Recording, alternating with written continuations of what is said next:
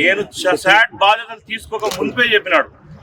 ఖచ్చితంగా క్రీడలకు స్పెషల్ గా జీవో తీసుకొని వచ్చైనా సరే ప్రత్యేక నిధులను కూడా తీసుకొస్తాం. దాంతో పాటు ఏ విధంగా అయితే ఈ 10 ఏళ్లలో ఈ క్రీడాభిమానులు ఇబ్బందులు పడుతున్నారో వాటన్నింటినీ అధిగమించి రాష్ట్రంలో నెంబర్ 1, దేశంలో నెంబర్ 1 చేసే విధంగా ముందుకు తీసుకోవాల్సిన బాధ్యత మీ మీద ఉంది, మనందరి మీద ఉంది.